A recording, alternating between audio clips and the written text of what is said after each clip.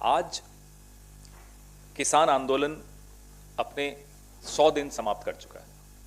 इन 100 दिनों में 255 मौतें हुई, एक दिन में 2 से भी अधिक।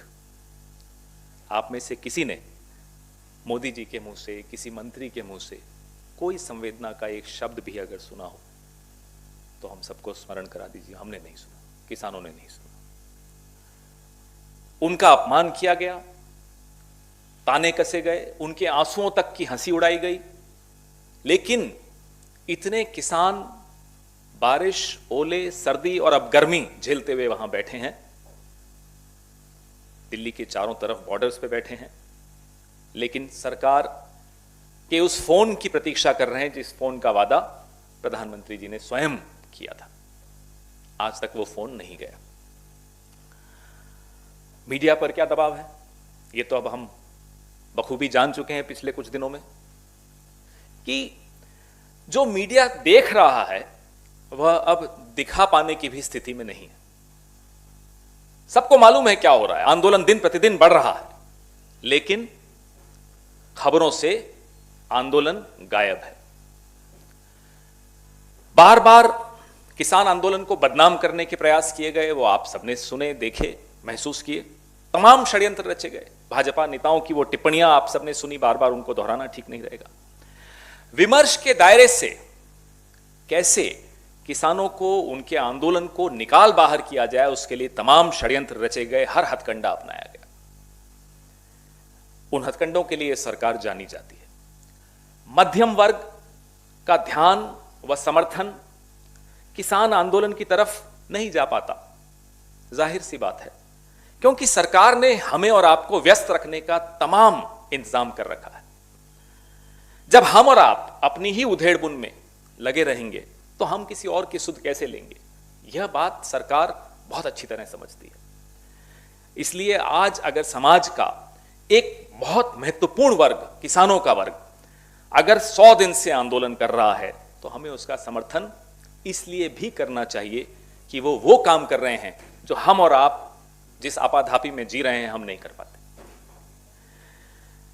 अगर हम अपने घर की किश्तें भरने में संघर्ष कर रहे हैं, अपने बच्चों को अच्छी शिक्षा देने के लिए संघर्ष कर रहे हैं, अपनी नौकरी ढूंढने के लिए या बचाने के लिए संघर्ष कर रहे हैं, पेट्रोल, डीजल, एलपीजी गैस, प्याज, खाद्य तेल, तमाम कीमतें बढ़ रही हैं, उससे हम संघर्ष कर रहे हैं, तो एक वर्ग ऐसा है जो आपके और मेरे संघर्ष को सड़क पर लाया है। सिर्फ एक काम हमें करना है कि उस संघर्ष का सम्मान करें, उसका समर्थन कर पाएं, तो इस देश पर और इस लोकतंत्र पर आप सबकी बहुत बड़ी कृपा होगी। आज सरकार की नीतियों के खिलाफ कई लोगों के मन में आक्रोश है। अलग अलग वर्ग है, व्यापारी वर्ग है, महिला सुरक्षा को लेकर हम आंदोलित हैं, लेकिन नहीं कुछ कर पा रहे क्योंकि जैसा कि मैंने कहा हम आपाधापी में लगे हुए हैं। तो कम से कम संवेदना है आपके मन में, हम सबके मन में, पीड़ा भी है। हां, अभाव है तो समय का है, तो किसी एक वर्ग ने वो समय निकाला है। सरकार के कानों पर जूं नहीं रेंग रही, वो हम सब देख रहे हैं।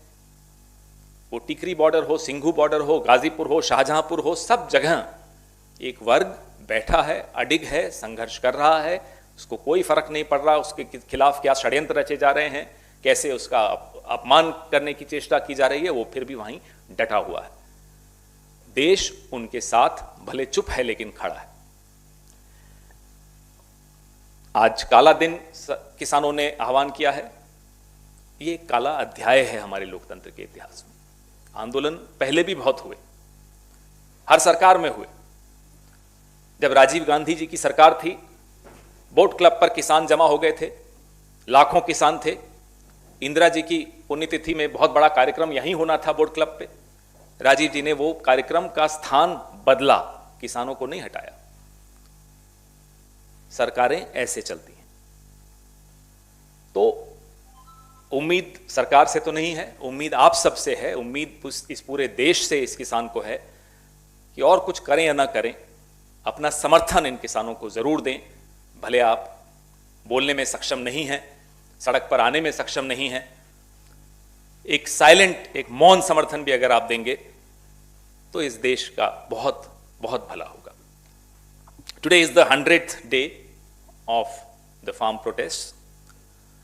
Across the borders of Delhi, farmers have been braving against all odds, odds of nature, odds of the state, the might of the state. They've been there through the winters, harsh winters, rains, and now we are entering a harsh summer. They've braved all kinds of insults heaped upon them by the government and pro-government media. Today what we are witnessing is that there is an attempt to wipe out the narrative of farmers, to wipe out the narrative of their protests from the media. And we all know how it's done. Each one of us, whichever category we may belong to, have our own struggles. And that's the awareness on which the government depends. You and I may be caught up in making ends meet. You and I may be caught up in trying to ensure that we pay our timely EMIs, we pay our rents for our houses. You and I are struggling with all kinds of price rise, petrol, diesel, cooking gas, cooking oil, onion. You and I may be struggling to either keep our jobs or to look for a job. You and I may be struggling for justice for our women, our children. There is one category of society which has found time to protest, to come on the streets and protest. You and I don't have the time. We may have the sympathy. We may have the frustrations that each one of us is facing against this government. But there is a large and a very important section of our society, which is our farmers, which has found time and energy and consistency to protest against these black laws. They are the voice of each one of us. Let's support them, even if we do so silently. Whatever little we can do, let's do that. There were times when this government could only resort to and did only have to resort to headline management to shift the narrative. Now the country has seen through that. Now we are entering into a more dangerous arena where we don't know a cornered government. I don't call this a government, a cornered regime. How will they react now is for all of us to wait and watch.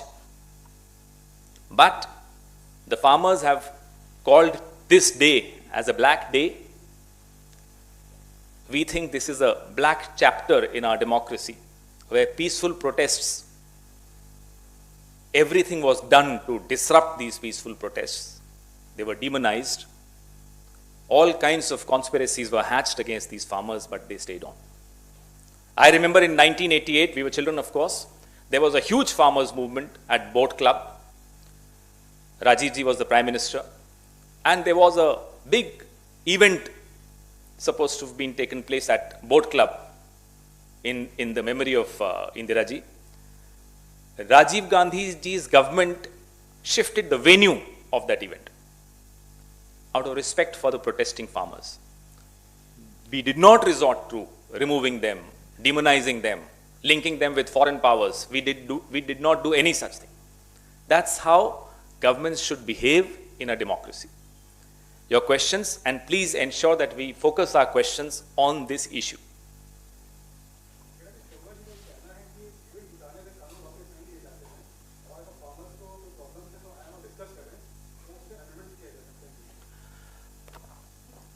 Farmers को अगर problem है तो आएं और discuss करें। वो कहाँ जाएं, किससे मिलें, कौन फोन करेगा? प्रधानमंत्री जी ने आज से महीना भर पहले कहा था कि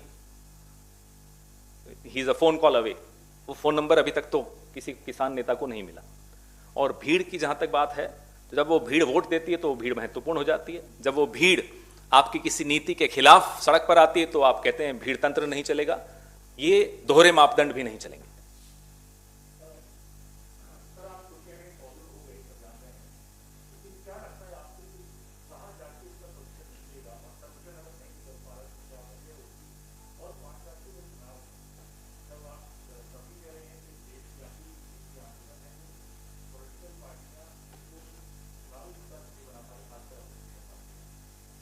अभी चुनाव तो शुरू हुए हैं। सरकार चुनाव में 5 साल व्यस्त रहती है, हमेशा व्यस्त रहती है।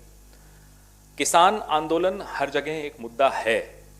पॉलिटिकल पार्टीज तो खैर जो बनाएंगी वो आपको सब दिखेगा, वो बनाए या न बनाए, किसान अपने आप में कृषि कानून एक बहुत बड़ा मुद्दा उभर कर पूरे देश में आ रहा है।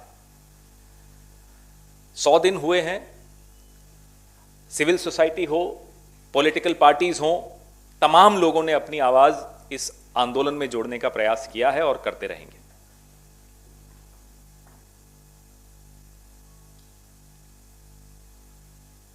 Any question on this?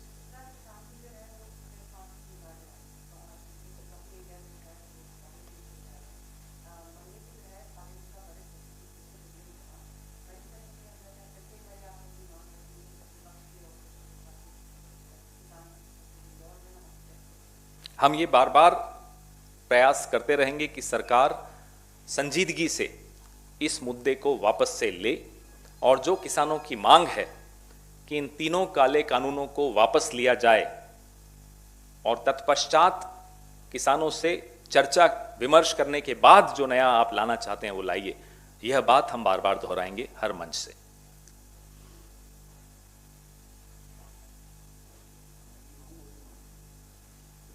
Is that over?